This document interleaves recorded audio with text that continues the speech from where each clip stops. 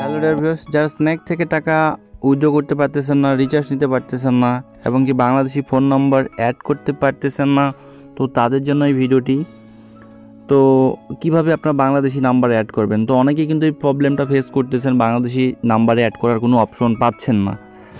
তো কিভাবে আপনার বাংলাদেশি নাম্বার অ্যাড করবেন, তো আমরা যদি টোটালি ব্যালেন্সে যাই, তো ধরুন যে আমার এখানে 2000 টাকা আছে, আমি এই টাকাটাকে আমি উইথড্র করব বা আমার ফোনে রিচার্জ নেব। তো সেক্ষেত্রে আমি এক্সাম্পল এখানে 50 সিলেক্ট করলাম। তো সিলেক্ট করার পরে রিচার্জ দিলে কিন্তু আমাদের এখানে নাম্বার অ্যাড করার অপশন একটা থাকে। আমার কিন্তু অলরেডি নাম্বার অ্যাড করা আছে, যার কারণে এই অপশনটা এখন আসতেছে না। তো যাদের নাম্বার অ্যাড করা নাই তাদের কিন্তু এখানে নাম্বার লিঙ্ক করার একটা অপশন থাকে, যেখানে ক্লিক করলে শুধু কয়েকটা কান্ট্রি অ্যাড করা যায়, কিন্তু বাংলাদেশি কান্ট্রির নাম্বার অ্যাড করার কোনো অপশন নেই। তো আপনারা কীভাবে এটা করবেন, তো আপনারা এটা করার জন্য চলে আসবেন সরাসরি আপনাদের প্রোফাইলে।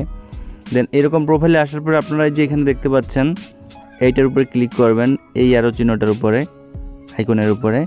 এখানে ক্লিক করার পরে ভিউয়ার্স দেখতে পাচ্ছেন যে আমার নাম্বার কিন্তু অলরেডি এখানে অ্যাড করা আছে।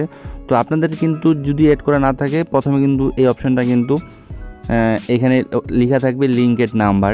তো এখানে আপনারা ক্লিক করবেন লিঙ্ক নাম্বারে। দেন এখানে ক্লিক করার পরে আপনাদের নাম্বারটি দিতে বলবে, উপরে নাম্বারটি দিবেন এবং গেট কোডে ক্লিক করলে আপনাদের সিমে একটি কোড আসবে এবং সেই কোডটি এখানে বসিয়ে দিবেন। তারপরে আপনারা রিচার্জ অপশনে আসবেন। তো আমি কিন্তু লাইভ প্রুফ আপনাদের সামনে রিচার্জ নিব, আমি কখনো রিচার্জ নেইনি। আমার এখানে 2058 টাকা আছে। তো আমি একদম এখানে 50 টাকা রিচার্জ নেব। তো আমি 50-এর উপরে ক্লিক করলাম, তারপরে রিচার্জ অপশনে ক্লিক করব। তো তারপরে আমার এখানে নাম্বারটি দিতে হবে, আমি যেই নাম্বারে টাকা নেব। তো অবশ্যই বন্ধুরা এখানে আপনারা জিরোটা বাদ দিবেন, জিরো থেকে আপনার 1 থেকে শুরু করবেন, মানে জিরো দেওয়া লাগবে না। তো আমি নাম্বারটা 1 থেকে শুরু করলাম, 19। তো আমি কিন্তু আমার নাম্বারটি দিয়ে দিয়েছি, আর কিন্তু নাম্বার উঠবে না। এখানে লাস্ট 10টা নাম্বার উঠবে, 10 ডিজিটের। তো এখানে আপনার জিরোটি দিবেন না, 1 থেকে শুরু করবেন এবং এখানে অপারেটর সিলেক্ট করবেন। তো আমি যেহেতু বাংলালিংক সিমে রিচার্জ নেব, তো আমি বাংলাদেশ সিলেক্ট করলাম, তারপর রিচার্জ অপশনে ক্লিক করলাম। তারপরে ভিউয়ার্স দেখতে পাচ্ছেন এরকম ইন্টারফেস চলে আসবে আমাদের সামনে, রিচার্জ মোবাইল ফোন। তো আমরা এখানে রিচার্জে ক্লিক করে দেব।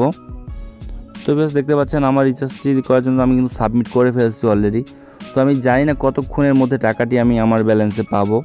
তো আমার ফোনে কিন্তু এখনও মেসেজ আসেনি, জানি না কতক্ষণে আসবে।